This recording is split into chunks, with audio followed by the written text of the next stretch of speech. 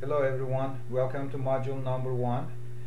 We finished our first week and I hope you had a chance to look at the Start Here module and you have a good handle on the course policies and how we will handle everything, including the discussions in our class. Now we are starting module number 1, and our focus in this module will be the concept of culture and cultural differences.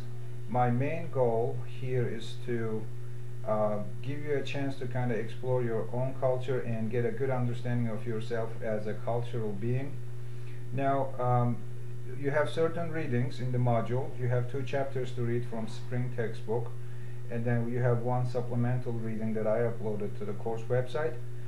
These readings will give you a good sense of what culture is, and in fact it will go beyond the definition of culture, and it will give you a sense of different cultural orientations in the United States and in the world, and this will give you a chance to kind of place yourself in different cultural traditions.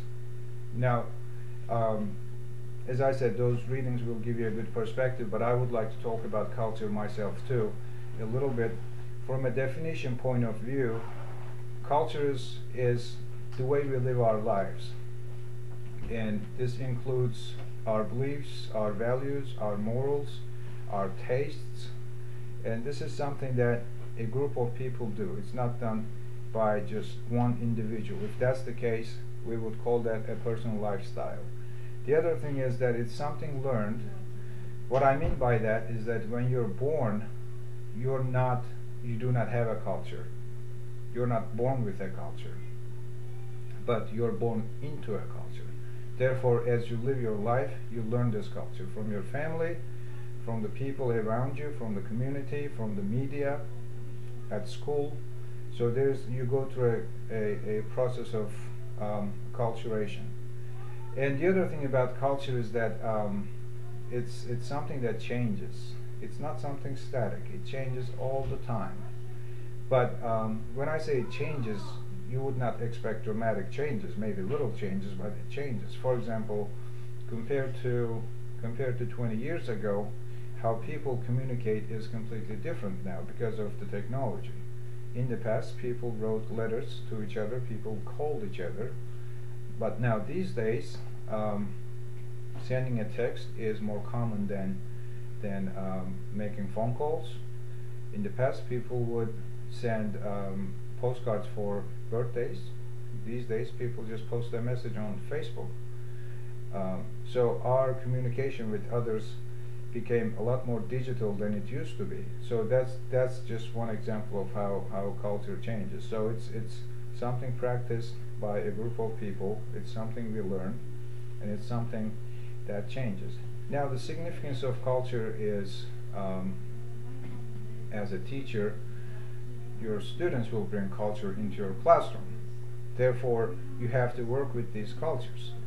Couple examples of how culture comes into your classroom. For example, children's roles are different in different cultures. In the United States, most of the time, what we expect from children is to go to school and learn and do their part as students. But in other cultures, maybe that children have to take care of their younger siblings or take a part in family affairs to contribute to the family. The other thing that you have to work with as a teacher from a culture point of view is to how to interact with parents, because parents will come to you with their cultures and their cultural orientations. Now, perhaps a couple other examples, time orientation, space orientation. These are all different things that children bring to your classroom from their cultural point of view. Now, the case studies, I mentioned this before. You will have case studies in every learning module, and every case study will give you some examples of how culture may come in contact with you, different cultures may come in contact with you in the classroom, and how some unexpected or things that you would not normally think of may occur in the classroom, and how you have to deal with these situations. Now, as I said, culture is in our lives, in your lives, and I would like you to reflect upon yourself as a cultural being in this module, because you understanding yourself culturally is important because it will help you understand yourself, it will help you understand others, it will also help you eliminate any type of stereotyping or discrimination types of things that you may engage in. And when I say this, I'm not assuming that you don't know your culture. Probably you do. Maybe you don't know as much as you need to. I'm also not assuming that you stereotype people. As a matter of fact, everybody stereotypes something.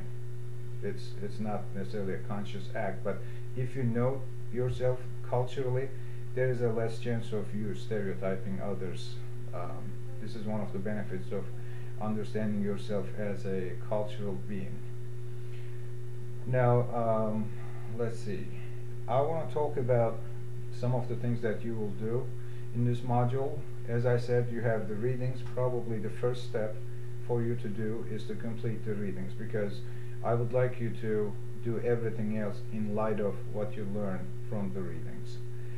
And I put a little game kind of activity for you, and it's called people sorting activity. It's something on PBS website.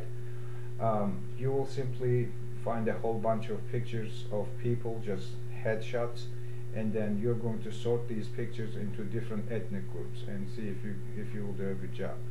I did it myself. I did not do a great job. And I also created a discussion forum. There you will simply report how well you did in this people sorting. It's not really a discussion. You don't have to respond to one another unless you want to. Other than this one, we have 2 module discussions, and you have to respond to these. Everybody has to respond to these. Now, if you remember from Start Here module, I would like everyone to respond to my prompts by the end of first week, and then by the end of second week, you are going to respond to one another. And I would like every person to at least respond to 2 other people. And when you write your responses to people, just make sure that your responses are constructive. You don't want to offend anybody. Remember, this is just digital writing type of communication. We cannot see facial expressions, we cannot see the tone of voice. So what you write has to be kind and nice, so you don't offend anybody.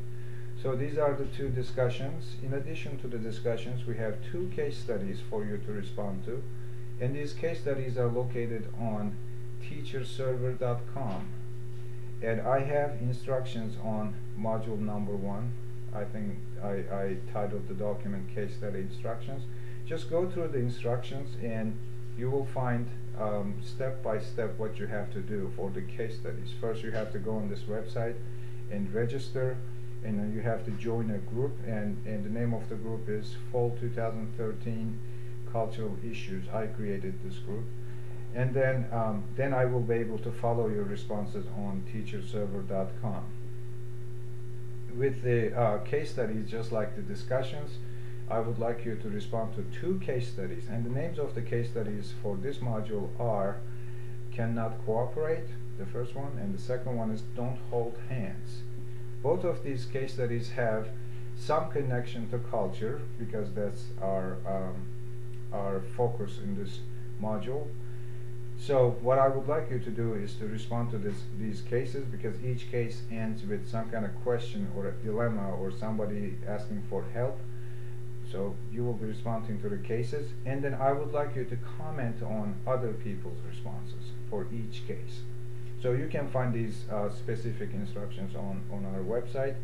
One other thing that I would like to talk about is the assignment. You have an assignment to turn in at the end of this module, and that is the multicultural autobiography. When you go to the assignment Dropbox, you should be able to see the rubric for the assignment and the instructions for the assignment. Now the instructions are mainly questions, and you have to answer these questions. And some of these questions may not be easy to answer. So if you need to talk to people from your family, from your parents, with your parents, grandparents, please do so. Some of the questions will ask you things like, when was the first time you noticed human differences? Maybe you don't remember the very first time you noticed human differences. Maybe you're remembering sometime when you were like 15 years ago, just talk about that. Whatever the earliest one you can remember is the one you will talk about in the paper. One of the other questions in the assignment is, when was the last time you felt discriminated, or when was one time you felt discriminated? Some people have a hard time answering this question. Some people feel like they've never been discriminated. This would be extremely unlikely, because everybody pretty much gets discriminated for one reason or another. This doesn't have to be on the basis of race or ethnicity. Sometimes people are discriminated because of gender. Sometimes people are discriminated because they are too short, because they are too tall, because they are too fast, they are too slow, whatever it may be. For example, you wanted to play basketball with your friends and they did not let you play because you were too short. There you go. That's an example of discrimination, because you are kind of being deprived of something you want to do on the basis of something you cannot control, your height. So this is an example of discrimination. Please think hard to give good examples of your experiences in this excuse me, in this assignment, and then make sure that you answer every single question. That's the trick to this assignment. You need to answer every single question, and some of the questions have sub-questions, so make sure that you answer the sub-questions also.